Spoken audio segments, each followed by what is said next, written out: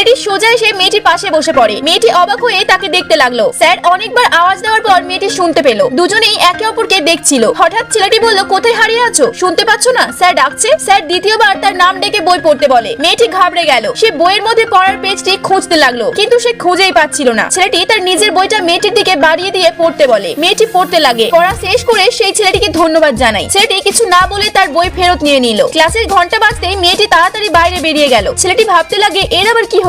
মেয়েটি যেমনই বাইরে এলো তখন পিছন থেকে একটি ছেলে তার কাঁধে হাত রেখে বলল, এত তাড়াহুড়োর মধ্যে কেন? মেয়েটি বলল, তাড়াতাড়ি বাড়ি ফিরতে হবে। ছেলেটি জানায় তার ঠাম্মা কিছুদিনের জন্য বিদেশে ঘুরতে যাচ্ছে। বাড়িতে ছোট ছোট কাজগুলোকে দেখাশোনা করার জন্য কাউকে চাই। তুমি কি এই কাজটা করতে পারবে? মেয়েটি খুশি খুশি রাজি হয়ে গেল। ছেলেটি তার বাড়ির ঠিকানা দিয়ে সেখানে আসতে বলে। মেয়েটি বলে, তুমি আমাকে আগেও স্টোর হাউসে কাজ জোগাড় করে দিয়েছিলে, আবার এখন দিচ্ছ, তোমাকে অনেক অনেক ধন্যবাদ। ছেলেটি বলে, ধন্যবাদ দিতে হলে আমার বার্থডে পার্টিতে আসবে, আমি অনেক খুশি হব। মেয়েটির মন খারাপ হয়ে গেল, কারণ বার্থডেতে যাওয়ার জন্য গিফট লাগবে, আর সে এতটাই গরিব যে গিফট দেওয়ার সামর্থ্য তার নেই। ছেলেটি তাকে বাই বলে সেখান থেকে চলে গেল। পরদিন মেয়েটা ছেলেটির বাড়িতে পৌঁছায়। মহলের মতো এত বড় বাড়ি দেখে সে তো আশ্চর্য হয়ে গেল।